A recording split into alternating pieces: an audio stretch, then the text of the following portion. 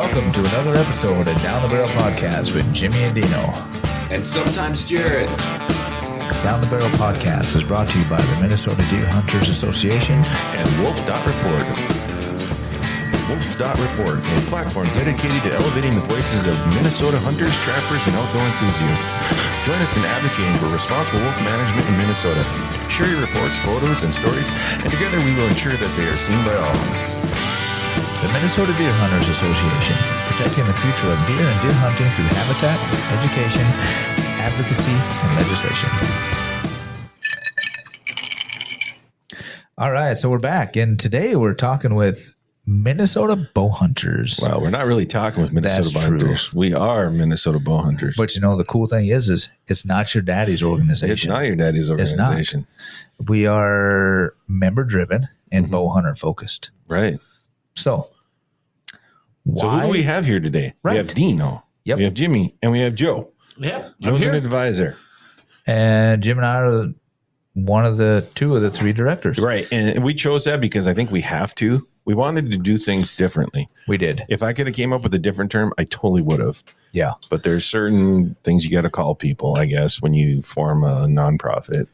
Yeah. And this was kind of a dream this is a dream you've had for quite some time, even right around TFO days. Yeah, back probably, I don't even know when we're doing that, 2010 or around there. I think it was even before that. Yeah. What's maybe. TFO? True Friends Outdoors. Yeah. Oh. We had started, Jim had started True Friends Outdoors, and it was kind of a group to where we were going to do Nationwide group. Yeah, we were going to do video on our hunts and hunting content and just hunters Product getting reviews. together, product reviews, stuff like that. So We did have some sponsors. Yeah, we had that for good sponsors, actually. Did that run for 3 years? 4 years? I would say 4 years. Yeah. Yeah, it was pretty sweet. We almost went to ATA. Yeah. I mean, we were like booking the tickets. Yeah, But, we had a bow sponsor, HHA sponsored us. We had some good sponsors. Sounds like actually a really great idea. And it's probably, it would probably jam on YouTube today. Yeah. And that was we were kind of just barely breaking into video at that time. Yeah. And then it just, we had a real good momentum, really good content. And Good staff. that was even when social media was just kind of really taking off. Right. It was A lot of them weren't even in existence yet. Yeah, but people were still nervous about social media at that time. You were ahead of your time. At that point, we were, but we were almost too far ahead because it just didn't. We didn't have the longevity. Well, things were a lot more difficult back then to, let's say, make videos. Yeah, they weren't as easy as they are now. the we ran into that. and People stuff. were just getting hungry for videos. Yep. And we just weren't quite there yet. If we would have been a little further ahead of our time, we would have been rocking. There wasn't as many private guys or solo guys out then as there is now. Right.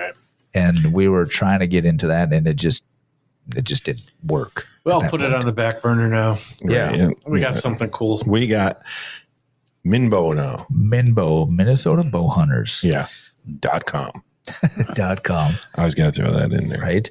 So why the new Minnesota Bowhunters? Why a new organization? Well, I think it's because mainly there was a hole left when MBI, the old organization, which was started in Coleraine here, close to Grand Rapids. What, 1946? 1946. Was that long ago? It was that long ago. They were one of the first, and they were started in Coleraine. They were one of the first state conservation organizations. Right. Then. So they were along for a long time. So how crazy is that? MBI started in Coleraine in 46. Yeah. And then MDHA started in 1980 in Grand Rapids. Yeah. Some of the same guys. 5 miles away. Right. I mean, that's just crazy. But anyways, We got a lot of doers up there. Yeah. Yeah, exactly. during the wintertime, we got a lot of downtime. We got to think. We got to do. We got that too. So MBI had been around for a long time. Right. And we'll just say crossbows came up. And it kind Some of new leadership. Yeah. And it just went south. I don't know. I hate to say what happened because everybody has their own issues to deal with, but they were running MBI and they just kind of let it go. Yep. I was a member off and on. I think I was too off and on. I was too. Just basically, you turn in your membership and then You get nothing. Crickets. no newsletter. Yeah. No state meetings. No. Yeah. And I think maybe they just fell along the wayside of, it's tough to run an organization these days because hunting's on the downside. It's true. I mean, a lot of conservation organizations, they're based on volunteers. Yeah, and it's tough. Hard. I mean, we lost damn near impossible. We lost Minnesota Waterfowl Association. Right. So it happens. I'm not saying it was any nefarious reason. But either way, MBI went away. Yep. Yeah. And then I saw the chance to get the domain, MNBOWhunters.com. So I grabbed it up and decided we were going to make something of it. Yeah. So we made MNBOW, which is what we're calling it. Yep. For a place for Minnesota bowhunters to come sign up, and we're only going to focus on bowhunting. We're not going to we're going to support the organizations, and this is just my opinion. I mean, obviously we're going to take everybody else's opinion that joins this organization, but there's organizations out there that are focused on conservation and habitat improvement. We're not going to do that, but we're going to support those organizations. We're going to focus on bow hunting. Yeah, correct. And bow hunter issues. Yeah. We're not going to get too broad that we can't get things done. So we're bow hunters for bow hunters, basically. I like it. Mm-hmm. Yeah. It's a need, and it was a need when MBI formed all those years ago. Right. The need never went away to have bow hunting representatives. Right. So let's get that back. Right. Well, exactly. And some may ask, or some may say, and we've seen it, you're just MDHA. Right. Well, we're not. No. MDHA has, as you said, the conservation, the habitat. They have all these programs, which are great, and they serve a niche, And you can say, well, MDHA supports all hunting, and it does. It truly does. It's all deer hunting. All deer hunting. Bow, rifle, muzzleloading, crossbow, everything. Mm-hmm. But it doesn't. Bow hunting is different. We all know that as bow hunters. That it's a different need. It's a different focus. Right. It's different marketing. It's different. There's guys that go from both sides. I mean, I bow hunt and I rifle hunt, but my true passion is bow hunting. Right. It's a different level of dedication. Yes. Right. I mean, there are dedicated deer hunters. Yep. And then there's a lot of deer hunters that love to be casual deer hunters. Yeah. There's not many casual bow hunters. When you're a bow hunter, you're usually dedicated. Well, you spend a lot you spend a lot more time. Yeah. Practicing. And then we have issues that concern bow hunters in particular. Right. And that voice is needed. Well, I think so. As well as just an opportunity just to belong to something that recognizes you. I mean, what do we have? I don't know. Did you bring data and stuff like that? What, we got 100,000 some bow hunters? 108,000 plus. Yeah. Yeah. Mm-hmm. I would say harvest numbers. I don't have that data, but it was 108,000 archery licenses were sold. All right. Archery licenses were sold. Yeah. Mm-hmm. And that's probably going to grow. Yeah. And I think so. Yeah, it's going to grow because, eventually we're going to get to talking about crossbows. But one of the issues with crossbows before we get too far into it is that I personally know two guys who just recently had never, ever shot any kind of archery equipment. Right. And have picked up crossbows. Right. Yeah. They were only rifle hunters. And one of them didn't bother to rifle hunt this year. And we're only 2 years into that. Yep. So there's probably within reason to believe that some more rifle hunters are going to convert or at least try. I think that's a very reasonable thing. Yeah, so you're saying crossbows are like a gateway drug to archery? For some people, I believe it is. I mean, we're going to get to talking more details about it down the road. That's a hot topic. But let's face it, it's an easy way to get into it. It really is. Yeah. But going off of what you were saying, Joe, was, so let's take, for instance, four-corn camps with the youth to get your firearm safety. It's easy to train with a gun, scoped rifle, non-scoped rifle. It's easy. You can do that every couple of weeks to get good with it, and you're pretty good. So then we've got our NAS programs, our natural archery in the school, and those go on all winter long. It takes longer to get more efficient. Yeah. with a bow. And we all know proficient, that. More proficient, yeah. And so it's that learning curve.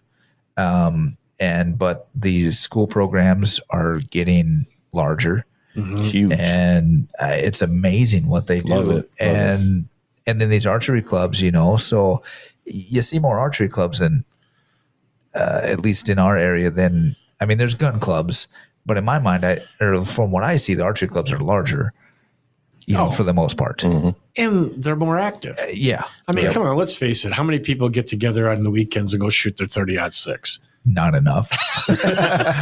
I mean, we're members of the local gun club, and we go out, the summertime, it's obviously easier, but still it's fair weather. Yeah. Where most of the archery clubs do have a lot of them have an indoor range to where you can shoot all year round. Yeah. Obviously you got your 3D outdoor ranges, which, are summertime, but your indoor ranges just to get all the movement and everything down. And but get how many accuracy. gun clubs do you see have leagues? I mean, I know there's a few like handgun leagues, maybe. Yeah. I mean, in this area, not many, I wouldn't think. I belong to the Itasca Gun Club. Yeah, me too. And I don't participate out there very much more than just sighting in my rifles and stuff for fun. But there are some events like the M1 Garand event. It's really cool. Yep.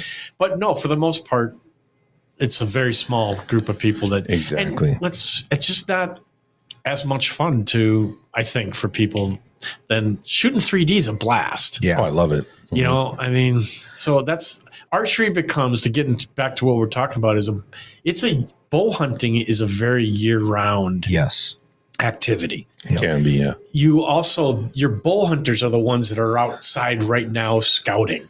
Yep. Yes. After all the firearm seasons are all done, they're the ones out there going right now and marking where all the rub lines are and the scrapes and where the buck bedding areas are. And they're planning their habitat projects that they're going to be doing. I'm not saying gun hunters don't do that. Don't get me wrong. I'm not passionate because, again, I'm a gun hunter. Yep. Right. My deer camp that I manage, etc., I bow hunted 1 week there. And it will probably be years before I bow hunt there again because it's the North Woods. Yeah. I'm working hard to make it more potentially bow hunter friendly, but it's a rifle camp, and I'm content with it being a rifle camp. Yep. Right. So anyway. Well, and then, so to get ready for deer season, as a rifle hunter, I go out, I check my scope, 2 shots, boom, good to go. Yeah. I'm going hunting. That's most people. Yeah. Right. Archery, I'm getting ready for season. I'm shooting. You better be shooting all summer. Yeah. If I'm not shooting all summer, come August, I'm shooting 15, 20, 30 arrows a night. Yeah. And then I'm going to the 3D range. If I can't make it every weekend for 3 weekends, I'm shooting at least my 3D target as much as possible just to get back in shape for archery. Yeah. Right. Yeah. I actually just recently bought myself a tool because I was running into issues with my shoulder the last few years, and it's an archery training tool just so in these winter months when I'm just sitting in the living room just to draw back. It's one of those things with the rubber band kind of things, but it does help you keep those muscles tuned. Yeah. Because it's shooting that kind of a bow. I shoot traditional archery, so it requires me to keep my muscles toned in that sense. So anyway. But one of the things that you guys were wanting to talk about a lot about is what's going to make Minnesota MNBOW different. Yeah. Yeah. Well, I think the vision of MNBOW was, in order to be different, was to really try get our members more involved. And I know every organization says that, but we built the website and we wanted to make sure if there was an issue that was important to bow hunters in Minnesota, we could put it up for a vote to where our members could literally have their say.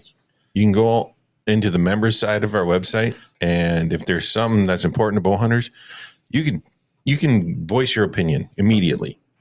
Yeah. And we're going to tally that, and we're going to follow that. So if we say, as Joe mentioned earlier, going back to the crossbow issue, that obviously is a hotbed topic with bow hunters in Minnesota. We're going to put it up. Obviously, we're just getting started. We don't have really enough members to do that yet. But once we do, we're going to put it up and say, all right, how should MNBOW operate in the future on this issue. We want our members to tell us. Yep. Because what I think and what Dino thinks, it doesn't matter. We want to know what everybody thinks. Yep. So I think that's what separates us. I think it's the attitude, even more so than what happens on the website. Our attitude is, bow hunters, let's get together. Let's figure this out. All of us bow hunters, and kind of drive that direction. Yeah, we're going to use the technology. We're going to. It's going to be the best we can. Yeah. Virtual meetings. Mm-hmm. The website a lot and social media. Right. And we'll have content out as well. As much as possible. So more of kind of a new age. I like organization. That word, New age. And we want advisors more than directors, really, because we want advisors from all walks of life, all aspects of archery and bow hunting. We want people to participate really in this. And we're giving you an easy way to participate. Yeah. Because we're all super busy. We can't take days off and go to meetings for a day, but everybody can find time to be online because we're always online anyway. Yep. So log in, make your opinion known. Anybody can be a member. Advisors, once you're a member, you can sign up to be an advisor. Mm-hmm. It's real simple. And the advisor's role is exactly that. You're an advisor. You're, help cultivate the organization as to what we want it and what it should be. Yeah. I mean, we want to know your opinions. Yeah. I mean, it'd be great if every member was an advisor, but that's not going to happen. But advisors are just that step above that can help make decisions and help listen to the members. And, so MDHA is regional directors. So we can kind of use the advisors in that way as well, and we want advisors from all aspects, So like Joe, you're more of a traditional archer. So that's great to have that. We would love, some women on there, archers. Mm-hmm. How about archery shops? Archery shops would be great. We actually have Gary Castellano from my Task Archery. Yeah. He's an advisor. Yeah. And he's more still traditional, but he shoots all, and he has. So. He's a Hoyt dealer. Yes, and exactly. Yeah. So and he has a 3D range. Yeah. Mm-hmm. Yep. And he supports a lot of the local, school programs and everything else. So, you can become a member, and then you can sign up to be an advisor, and we'll take those applications. To help drive how the organization is formed and moves. And as an advisor, you can, if you want to, you can create content for the website, articles, pictures, videos, whatever you want, and we'll share them. It's a great way to get that information out there. So if you're somebody that creates content as a content creator, we'd love to have you as an advisor. Yeah. Mm-hmm. Excellent. Mm-hmm. So getting back to just a regular member, what you're saying is there might be some discussion. We can kind of create some sort of way to do social media discussion on a topic, which will help us form an actual question that we can poll. Correct. Right. Yep. And then anybody who's a member is going to be able to cast a vote for that. Will you be able to do They'll cast their vote on the direction of MNBOW. Gotcha. Mm-hmm. And will we have a system that's set up so somebody can't come in there and cast 1,000 votes for the? Absolutely. Yes. Once you're a member, you actually log into the website. The website will tell you how many times you can vote. Okay. You can vote once. Yeah, and it shuts you down. And it shuts you down if you try to vote again. Gotcha. Yeah. But you can see the results instantly. I'm not aware of any conservation organization that has an access like that for its members. Right. I'm not aware either. That's not as of yet. Extremely unique, probably long overdue, but the technology is here. So there's so many different ways to do it. Let's use it. Yeah. Why not try it out? Oh, absolutely. That would really be phenomenal. Is it going to hurt us? I don't think so. I don't think so. Why would listening to our members hurt us? Exactly. Hey, let's face it. Sometimes, no matter what conservation organization you might belong to, they come up and they support things that you don't personally support. Well, and that's just the way it's always going to be, because let's say you got an organization with 5,000 members. I mean, if 4,000 of them think one way, that organization's probably going to follow that way. Yeah. And that's kind of democracy. That's democracy. Exactly. I'm sorry. Exactly. But I mean, MNBOW, right now we're just starting. We're pretty fresh. We're pretty new. Yeah. Come on board and you can help you can help direct the direction of this organization. Yeah. Yeah, we could really do that. Mm-hmm. Will we have access to things like lobbying kind of things is that something we're going to be able to utilize, or are we? So we are partnering and working with collaborating. Collaborating is the better term. Yeah. Collaborating with MDHA, Minnesota Deer Hunters Association. So they have a lobbyist, obviously. And so with us collaborating with them, if there's bow hunter topics, strictly bow hunting, we can utilize that person as well. Right. And he will keep on top of anything that may affect bow hunters too and get back to us. Yep. So we can stay on top of those issues too. Is he specifically going to target just MNBOW? No. But in a collaboration, yeah. Yep. So, I mean, over time, we would potentially have our own lobbyists, and stuff because let's face it, just to be the throw it out there kind of guy, there's a chance that sometimes something that Minnesota Bowhunters wants, MDHA doesn't. MDHA doesn't. That is correct. Yeah. And then that's been discussed. It has. And it could happen. Yep. And we're aware of that. And that's just something that is going to happen. And that's why it's just it's a collaboration. Yeah. And with that collaboration, we also, so when you sign up to be a member of MNBOW, you get a subscription to Whitetails Magazine, which is MDHA's magazine. Right. It's a great magazine. Yep. And with that, you'll get that every month. Every quarter. Every month. Yeah. Whoa, that'd be man. nice, right? Yeah. Aren't you on the Whitetails committee, Dean? Yeah. Yeah. We got to step up our game then.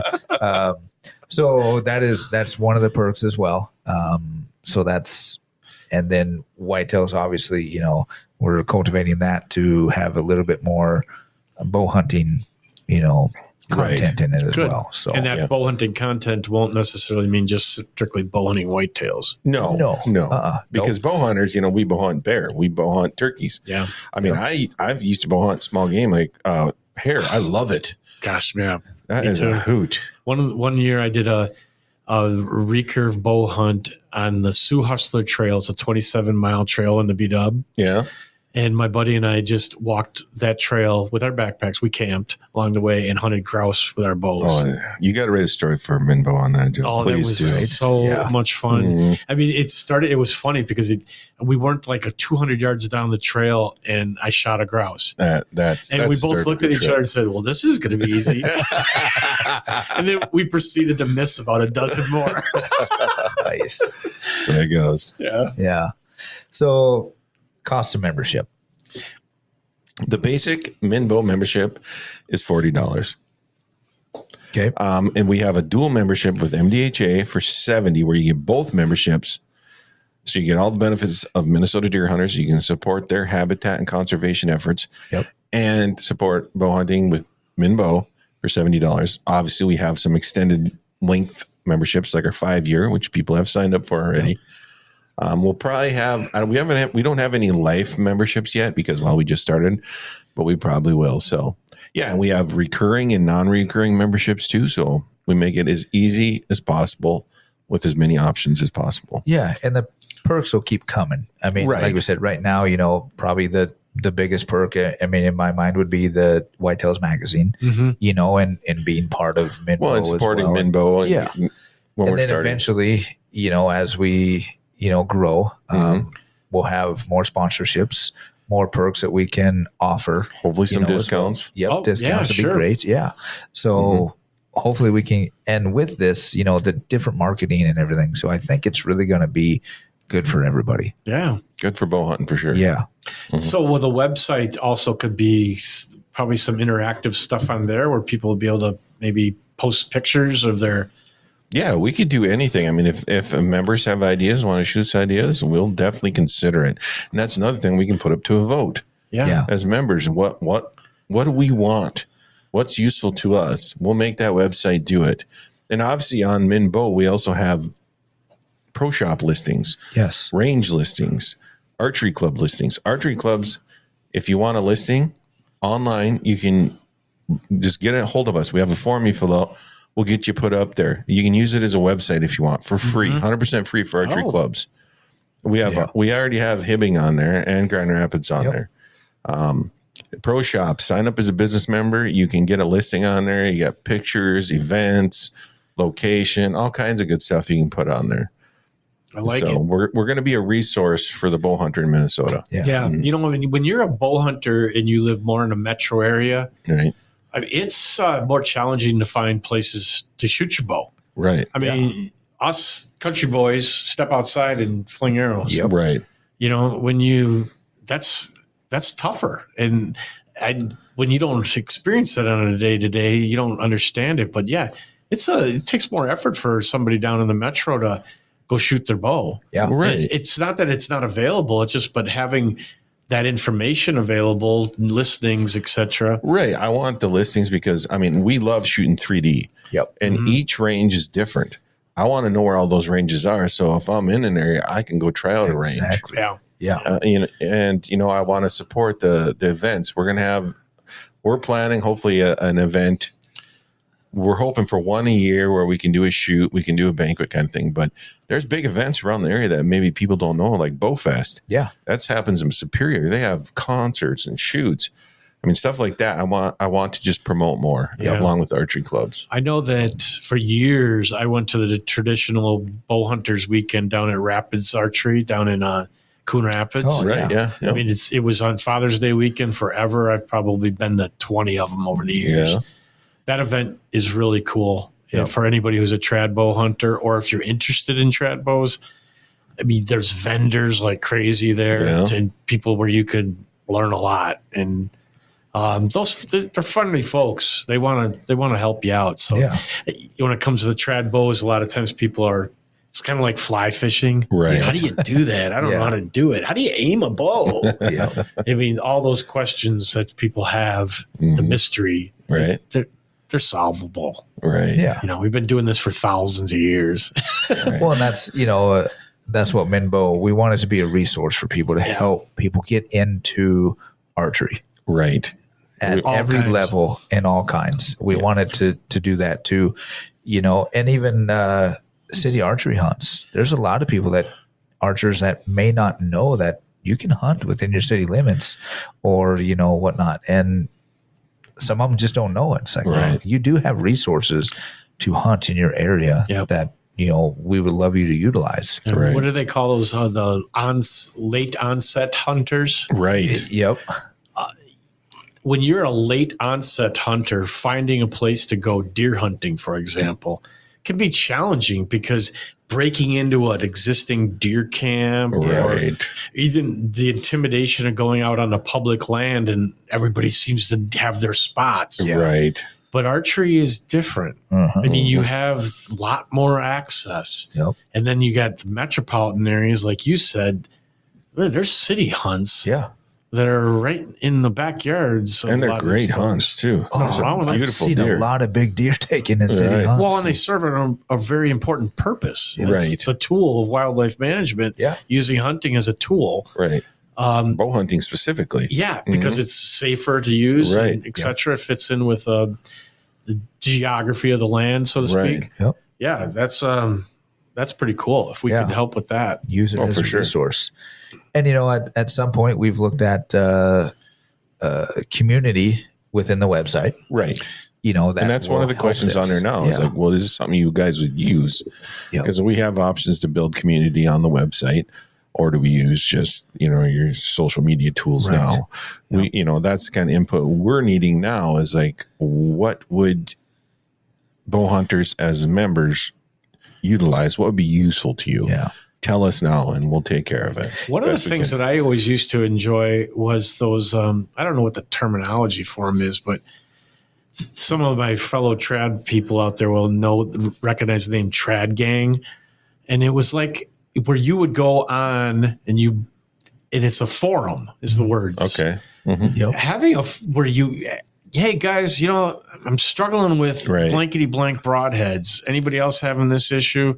and you get all of this feedback from other people. Right. That kind of stuff is super valuable. Well, and we do have that built into the site. It's not turned on yet. I had it turned on, but I turned it off. A great option for that, which is like the new way to do a forum. Oh, okay. So that option is there, but I wasn't sure who would use it. Right. So I was hoping the members would tell me if that's something they would use. Yeah. Behind, obviously, your membership, you log in, you'd have to be a member. We could have all kinds of those different areas where you could talk about various things, and even video options and class options. I mean, all kinds of good stuff that you can do nowadays. So that's what I'm hoping the membership will tell us is what is useful and what will our members want to use. And the plus side with it being on the website to where you have to be a member, it gets you away from asking those questions on social media and getting ignorant responses. Right. Exactly. Right. You know, so that's where it's a community and a constructive community to where you're all members, you're all after the same thing. Right. So you get that better response. I like that. You know, out of it, rather than if you post up, you know, well, what do you use for a tree stand? Or I want to use XOP, and then you get all the XOP haters. Yeah, it's like, come on, guys. Which leads us into another thing. You might hear us on like social media telling people we don't want you as a member. That's very good. Yeah, I was just going to ask you, what are you going to do when someone's just a real dick? We're going to tell them to pound sand. Pound sand. Bye, Felicia. Right. Yeah. So you know, because you're going to be a troll around MNBOW. MNBOW is going to tell you where to go. Yeah. You know what? Mm-hmm. We don't want your membership. I'm going to say it. If you're not going to be constructive and be a good member, you don't need to be a member. We don't want you as a member. We don't want your money. Yeah. We don't want you to be a member. Just go away. Yeah. Go away. I like that. Yeah. And we're pretty funny guys, so we're going to make fun of you probably. Right. Too. Exactly. Put it this way. Yeah. I'm an old guy. I'm approaching 60. I am hoping that this layout, this format that we're talking about is very appealing to that younger generation. Yeah. That's going to have some really cool ideas. I hope so too. That are the ones that are driving what I wind up really enjoying. Yep. I love YouTube. Gathering hunting information and reviews from YouTube. I love that. Yep. So getting that kind of stuff that becomes even more Minnesota specific, that's phenomenal. Exactly. I mean, there's nothing worse than being on a habitat page and some guy's talking about habitat in Mississippi. Yeah. Right. And he's ripping on the fact that you want to plant winter rye because that don't grow where you live. You got to plant clover. Yeah. It's like, so it's going to be comforting to be walking and talking with people. Minnesota people. Exactly. Yeah. I like that. Yep. And, you know, chapters. Are we going to have chapters? No. Honestly, it's going to be a statewide organization. You know, we kind of looked at even BHA, and they don't have chapters; they have states. Yeah, right. So we may have, you know, I'd hope we'd have a few advisors in different area of the states to where we could do events in different area of the states easier. That's the main, that's the main plus. You know, we don't want, like we said, we're not your daddy's organization. We're not the traditional organization, right?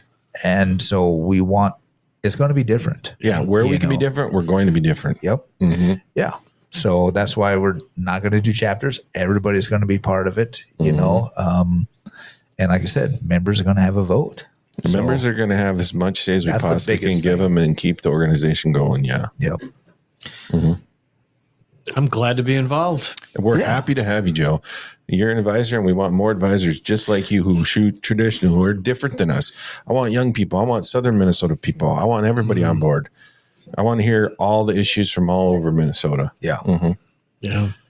Not just yahoos like me and Dean. We agree too much. You know, and go back to the haters. We've already received some hate. And we're going to. Yeah, oh, yeah. And you're always going to online. Yep. But it's the same general hate. Oh, my gosh. You guys are from Grand Rapids. You're MDHA. Yeah, you've got to be. It's just another MDHA form. Which I will admit, I'm a member of MDHA. My day job is MDHA. I like MDHA. I live and breathe MDHA. But this is separate from MDHA. It is. I'm a life member of MDHA. Right. Yeah. I worked for the MDHA. Do I agree with everything that ever happened with the MDHA? Every bylaw we ever passed or every resolution? Heck no. Right. You're never it going happens. to. I mean, and if you are a kind of person that one resolution or something like that drives you to, I can't support them anymore. Right. Well, you're not going to fit in anywhere, bud. No, probably not even in your own bathroom when you look in the mirror. Because let's face it, things happen and you change your mind. You do. Or you talk to somebody and you go, well, I never thought of it that way. Yep. But, if you're closed-minded and you only see one way and everything is black and white, right. Yeah, whatever. Yeah, maybe not for you. We're not going to, that's just thinking of Jim. I mean, I've had to swallow my pride many times on issues that the MDHA supported. Right. And that's probably not going to change with the Minnesota Bowhunters. And I think sometimes it forces you to see things from other people's perspective. And sometimes that'll make sense to you. Yeah. Yep. Speaking of the crossbow issue. Yeah. I mean, that's a hot topic right now. It's huge. Dude, it is. In the bow hunting, society, it's a hot topic. And personally, I feel that's why MBI kind of went along the wayside, as their leadership kind of took a hardline stance of crossbows. No, never anyway, you know. And I think there's a varying opinion on crossbows in the Minnesota bow hunting community. That you have to realize that and accept that and listen to that. Yep. Yeah. And there is a place, I think, for crossbows, in my opinion. It's been going on for literally decades now. Right. Yeah. I mean, and there's parts that really ticked me off, quite frankly. I mean, I will say that I've written articles that have appeared in Outdoor News, and I don't know if I ever did get one in MDHA at the time, but my biggest pet peeve with the crossbow industry, and this might offend some people, but I'm going to tell you, trying to tell me that a crossbow is the same as a bow pissed me off to no end. Right. When I know that, and I have, because I used to be the director at a shooting sports center, I can put a crossbow in somebody's hand and in 15, 20 minutes have them grouping at 50 yards. I could never do that with a person with a longbow recurve or a compound. Right. Yep.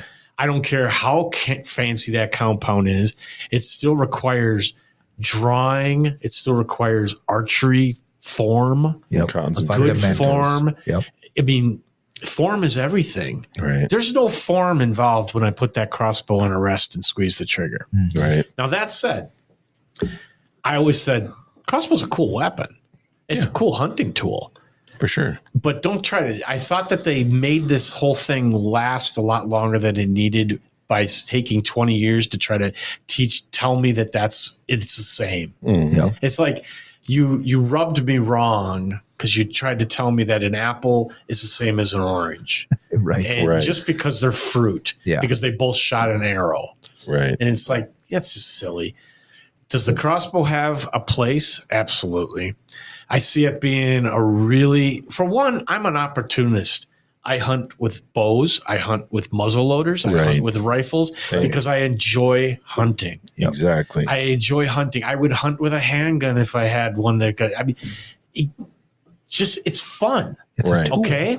And I'm not going to tell someone that they're not having fun when they're crossbow hunting. Right.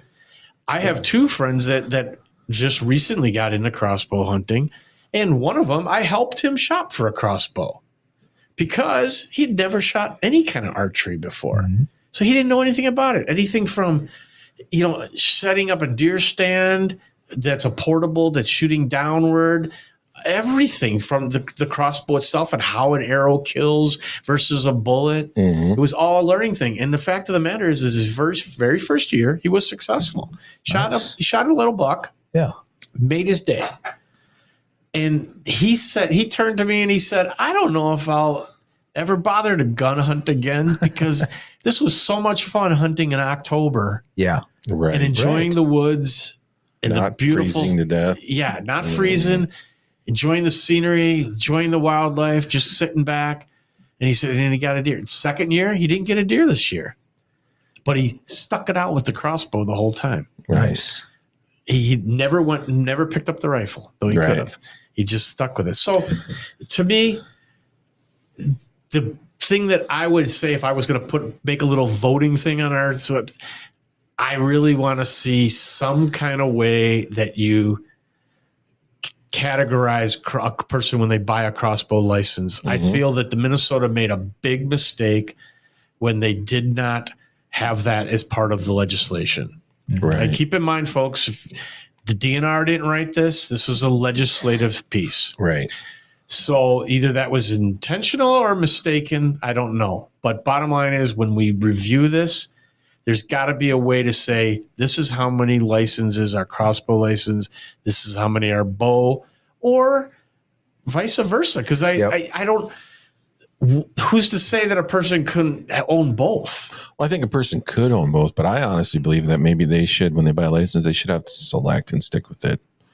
I mean, if you're going to be a crossbow hunter, you're going to be a crossbow hunter. Yeah. And you can switch from year to year, but I don't think you should be able to switch from season to season. But there's so many different opinions on that you could go 100 different ways. Yeah, there is. I mean, but I think being able to track is important. Yeah, being able to track is, because a crossbow, whether you like it or not, it's archery equipment. Mm-hmm. It's just for now, it's just another tool to hunt with. Mm-hmm. We just that's what it is, and I hunt archery and then I hunt rifle, and instead of buying my muzzleloader tag, I pulled out my crossbow, because when it gets below 30 degrees, it's tough to pull back a bow. You got a lot of clothes on and everything. Tell me about it. Even hunting in, because then you move to, or in my case, I even moved to a box blind. Mm-hmm. Well, the windows that I hunt in the one area out of where I see the most deer, it is not conducive for a vertical bow. Mm-hmm. Right. So it's more conducive for rifle or a crossbow. Yeah. Mm-hmm. So that's what I would use.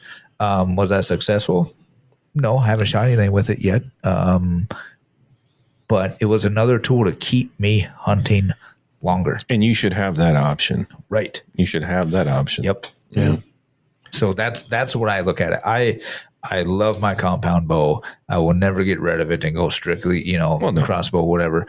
I see it as another tool. Yes, I do think, it maybe should be another license. So be it. But I still think there's a time and a place for it. And like you said, it got your friends into archery. Yeah. Right. And maybe the next step will be the vertical bow. Yeah, and into more hunting. Yeah. They hunted earlier. They were happier. They hunted longer. So guess what? You hunt longer, you tend to spend more money. Mm-hmm. That's true too. If you go places to hunt, you're going to travel. You're going to spend more money. You've got to get a new stand. You're going to get different camo. Yeah. If you're strictly Blaze Orange his whole life. Exactly. If you're strictly Blaze Orange, now I'm hunting October. I need midweight gear or light gear because this year's going to be a warm year. Yeah. So then they're spending money. Right. In your local which is good for the industry. Which is good for the industry. Yeah, that's true. So, I mean, I just don't get all the hate around it. I absolutely don't. Well, bottom line is it doesn't matter. People could hate on it all they want, but it's not going away. No, it's not. That horse left the barn, so you might as well just embrace it and now figure out, not necessarily embrace it. Take back my words on that. Now let's figure out what we can do to live with it. And I think that as this organization comes, the members are going to tell us, we want a license for crossbows. And will the season change? That's dependent on how you evaluate the data. Yeah, right. I mean, but you can't evaluate data without that point. It's like it's a mathematical formula. If you're missing how many crossbow hunters are there, but you got harvest, right? But you have people voluntarily saying, "Oh, I got it with a crossbow," right? I mean, that's just not appropriate. Yeah, it's definitely not the best way for sure. It's a total missed. If it's my wildlife management 101, man. Yep. Right. Yeah, you've got to have the data to understand. So many crossbow licenses were sold, but the harvest was more in December.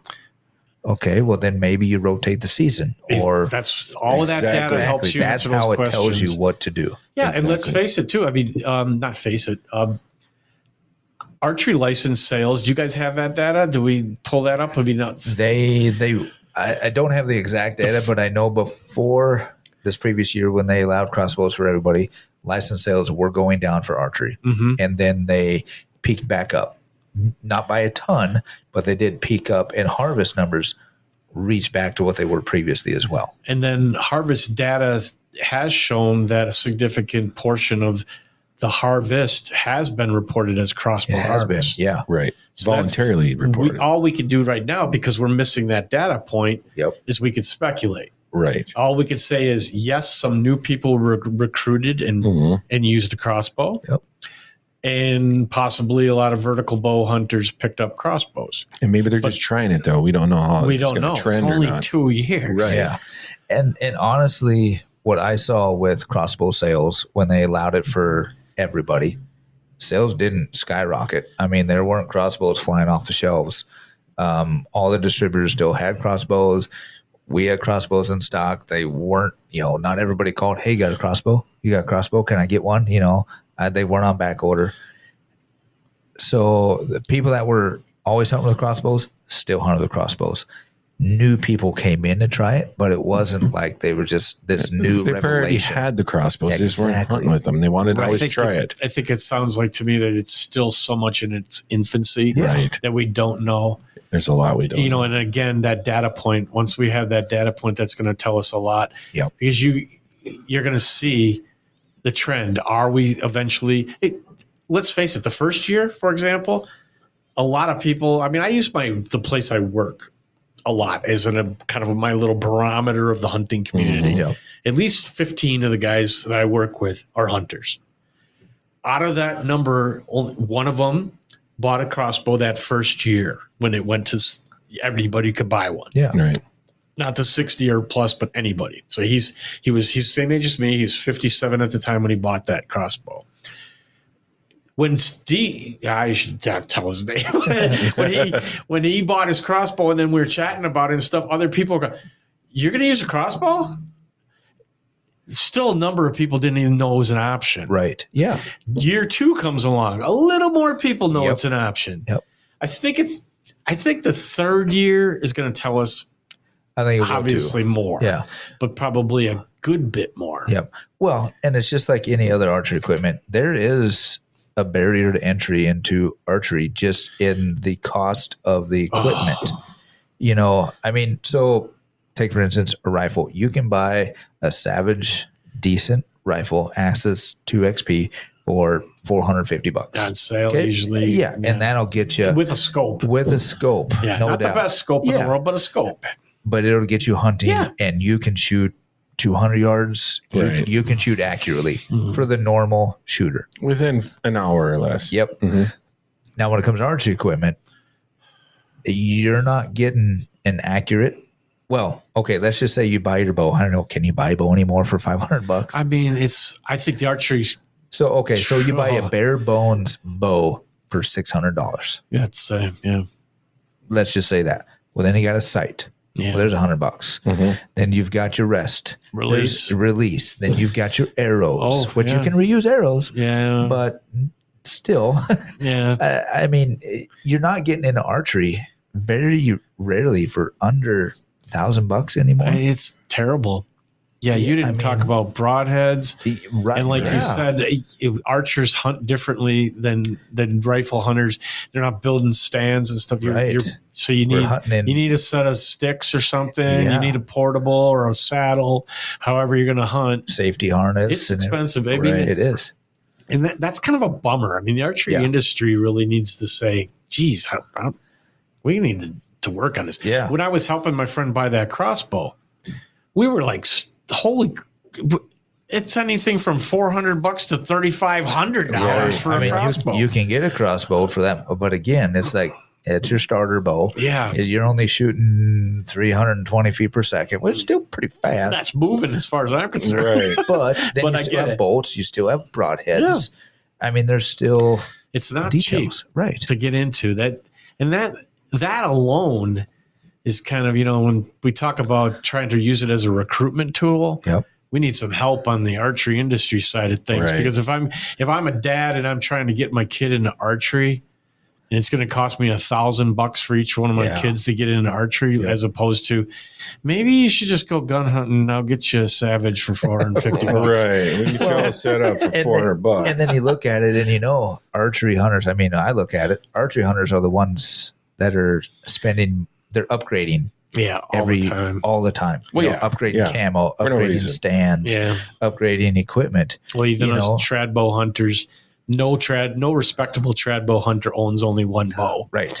Yep. We're a rifle hunter. I've had my orange gear for 15 years. Yeah. I've got the same rifle. Yeah, I'll buy a new rifle every few years. But guess what? Opening day, I'm hunting with old Betty that, Dad gave me that I've hunted with for years. So I don't know how we tackle that issue, but getting back to the crossbows, there's just where this organization is going to go stand on it will be dependent on the members. Right. But know that we hear it, just us so far who are involved, understand the concerns that people have. I mean, I'll play the advocate for what are the concerns. Let's say crossbow hunting takes on and it's just huge. It goes crazy. 90% of the archers are crossbow hunters. I'll give you an example. For example, when I'm a traditional muzzleloader hunter, so I'm a really everybody's pain in the ass, when it comes to this stuff. And scopes on muzzleloaders, getting back to MDHA. I was working with MDHA when we were pushing really hard for scopes on muzzleloaders.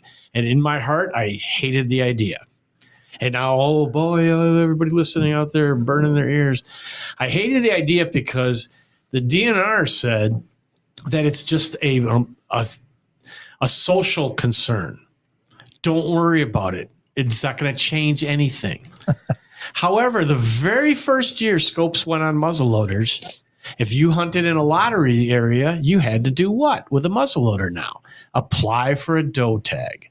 Yep. Where for 25, 30 years, whatever it is, that everybody was out there hunting muzzleloaders with just no scopes on, we could shoot a doe anywhere. It was treated like a bow. Right. It was a short range weapon. You could hunt really hard with your bow and your rifle, and still we had that muzzleloader that I can go out and I can maybe still get some venison and have some fun. But that changed. Two things that ticked me off about that. One, if it was just a social issue, DNR, why did you say no? Change, Mm-hmm. Okay, that was not honest. So, bringing this back to crossbows, could that happen for crossbows? Right now, archery hunters could shoot a buck or a doe anywhere in the state except for a bucks only area, like in the far north where the wolves are smacking the deer in the winters, etc. That, as a traditional archer or any vertical bow archer, that might really tick you off. Yeah, that would tick, I think, pretty much all bow hunters off. They changed it for vertical bows. Yeah. So that's where some of the people are coming from on that. And their other fear would be that are you going to say all archery loses their season length because of this influx?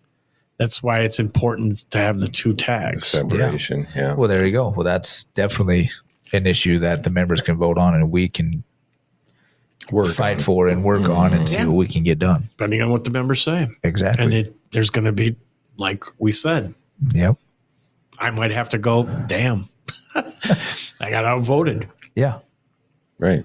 Well, I've heard already in just a short time we've been working on this, different viewpoints that have made me rethink even that, and just brought those varying viewpoints to my attention, which makes sense. And I think that's what's great about an organization like this is we can talk, we can give people an area to talk and not just strike out and hate on a certain thing. We give them a spot to explain themselves, listening to you might change somebody's mind or we want to be productive. Right. Correct. So we want to be problem solvers. Exactly. Not wall makers. Exactly. And barriers. And, MNBOW is just going to be a crossbow organization.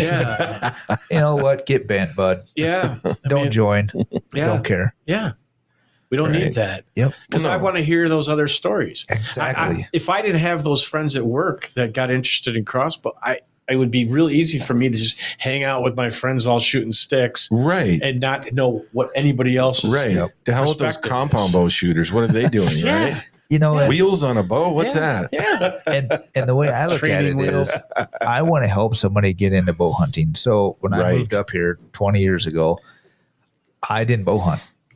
Oh, I didn't at all till I met this guy. Right. okay. And he was, big into bow hunting. So to hang out and whatnot, and we could shoot all summer. And because the job I had, I didn't really even get to hunt regular rifle season.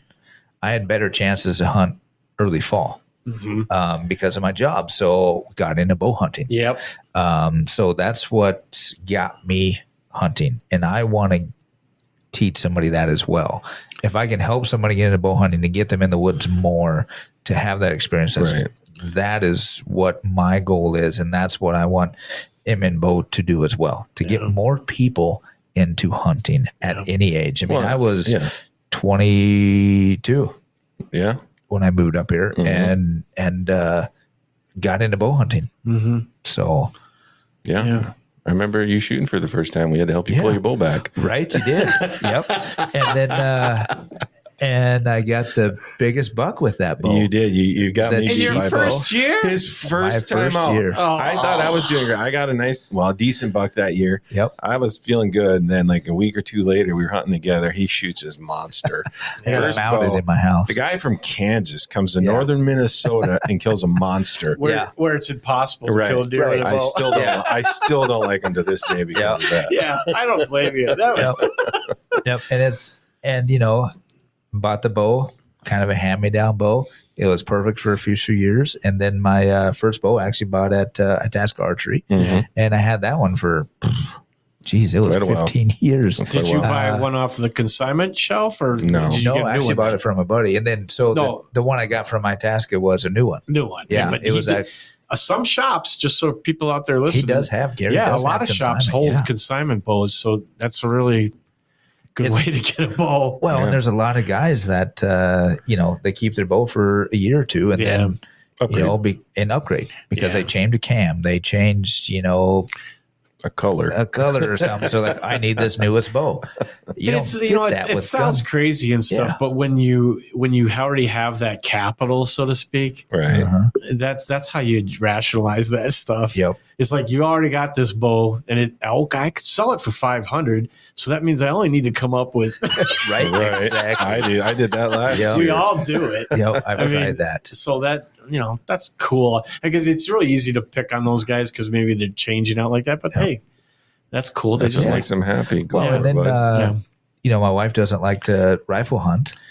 She had a bad experience when she was younger or whatever. So I got her an archery and we shot for a few years, 3D range. She hasn't hunted with me yet because then our son was born. So, but we still have the bow and it's still a great bow. So it's just a matter of getting her back into it. And it's easier to go out. Hey, hunt, let's go out tonight, after dinner and let's shoot 20 arrows. yeah. So that's something you can do together. Be active. And be It's active. good for you. You can do it in your backyard if you don't live, have neighbors that close. So, but that's the cool thing about archery and that MNBOW, we want to accelerate that. When my kids turned 4 years old is when they got their first bow. Oh, absolutely. I had 3 kids. Every kid had a bow. So archery was a family Yeah. gathering. Both my kids have had those. So we would go to 3D tournaments, stuff like that, and have the whole little crew. That's great. Yeah. And two of the 3 still hunt archery.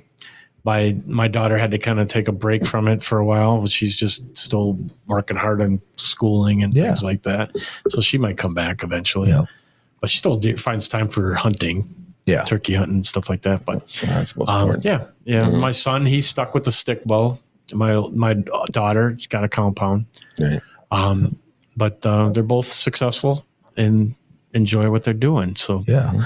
Well, and on top of that is, the bow hunting is just not deer.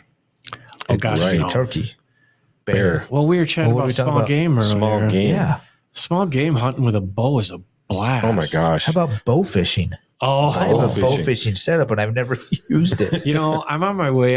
In about a month, I'm going out to Devil's Lake, and you can use your bow Yes. out there. Yeah. I'm going on a spear and pike and walleye. You That can would spear be walleye cool. at You Devil's should Lake. totally do it and let us know And how you it can goes. use your. I was reading the regulations. I'm like, what? Yep.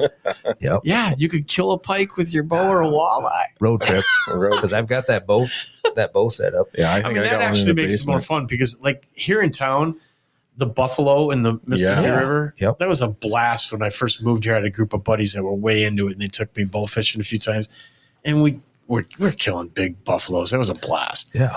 But there's nothing you can do with them. Right. So I always You can felt kind smoke of. them. You know. I don't know what those you can. Yeah, you could get the strip off Right. that little back strap, and that's about it.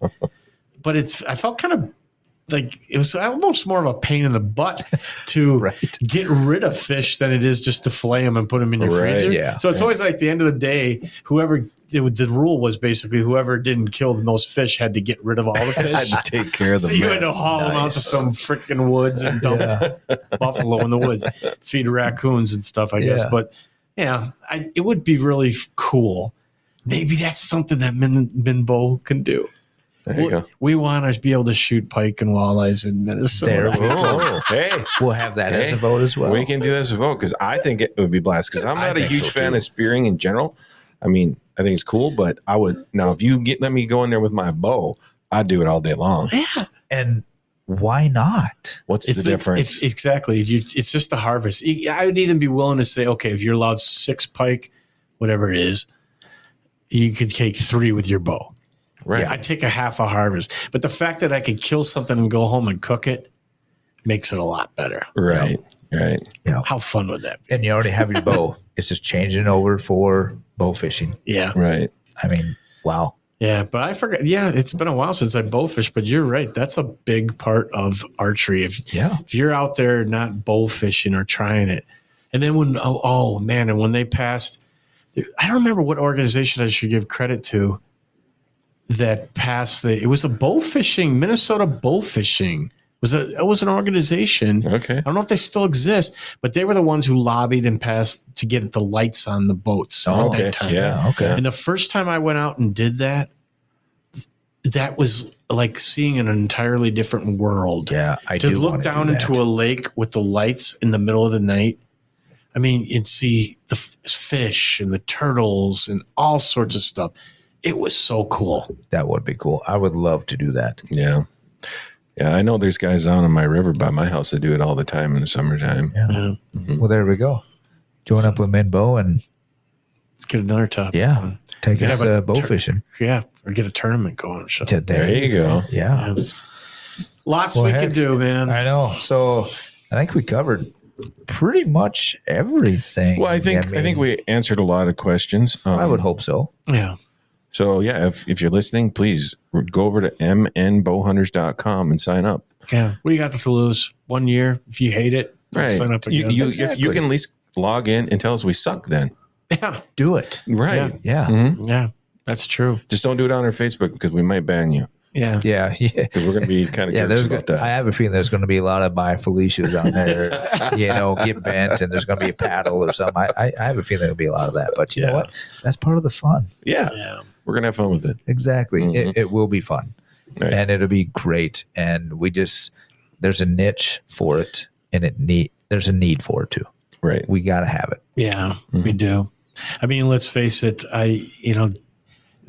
I don't ever feel like bow hunters have ever got the representation at the state level that they deserve. Right. I mean, every time you hear the DNR talk about deer season, it's almost like it's all focused on opening weekend or It firearms. is. Right. It is. It's like anything outside of that It's never just- means anything. Yeah. Those bow hunter guys. Yeah. Yeah. One of these days, I know we've talked for a long time, but one of these days we should talk about where we're going with all of these licenses. Because let's say we do have a rifle license, a muzzleloader license, a crossbow license, and an archery license. Right. Once upon a time, there was this thing called the all season. I used to buy it all the time. I did too. I loved it. A lot of us bought it. Yep. And one day we woke up and it was gone. Yep. And that wasn't by any conservation organization. It It was wasn't just the gone. MDHA. It wasn't MBI. It just was gone. Right. Well, then how about we all get together Yeah. and all the organizations and we go, hey, we want it back. Because lobby for it. with especially the direction we're going, it might make more sense. Exactly. That might make more sense now than it did back then, even though at one time, and when they first came out with it, I actually wrote down some notes on this. When the first year that it came out, there was 2,300 hunters that purchased that license. And within 7 years, the last year that it was there, 76,000 people bought the license. Well, yeah, it was just so much easier than going in and buying 3-4 license. Yeah. And I think you only saved like $5 or something. You didn't know. This is what's really stupid about it. I mean, us, the hunters. Yeah. It cost you the price of 3 tags to get to kill 2 deer. So Right, you literally so were much easier, voluntarily paying 1/3 more. Okay. And so when people say the DNR is always after the money, apparently they're not. Yeah. Maybe that's why they got rid of it. They figured it out. They go, oh, damn. Because, so, I don't know. To me, that would be... You think it'd be less paperwork even for them? Well, it just makes it easier for all of us that are passionate deer hunters. Yep. Right. I mean, if you're just a rifle hunter, that doesn't appeal to you. Exactly. Right. But if you're one of the people out there, if you're a guy or a gal who likes to pick up the bow or pick up a muzzleloader for late season, that thing appealed to you. Well, yeah, it was nice to get one tag and be able to do all 3 You got seasons. 2 tags. Yeah. Yeah. Yep. You A got doe 2 and a buck, tags. right? You got a doe and a buck. Yep. Or it could be used as 2 does, depending Right. on. It was still. Right. It's Still still depend on your zone. yeah, whatever the zone was, it honored that zone. Right. So, like, if you hunt only in a lottery zone, you're only going to be a lot of buck and a doe. Yep. Right. But I mean, and you can still play with that. If people don't like it, if it scares them, gun hunters are basically buying 2 tags. Well, you could say only 1 tag could be filled with a firearm. Right. You I know, thought that's what it was. Yeah. It wasn't, No. unfortunately, at the time. Mm. But I was kind of like really. But these are the things that MNBOW can push for Exactly. and advocate for. and that nobody else is thinking about. Exactly. Since And- we're not going to focus on the conservation, the habitat Yeah. side, we're going to be able to focus on some of these other That could be a issues. really exciting one to get. Let MNBOW be the, be the runner of the ship on that one, be the captain. Right.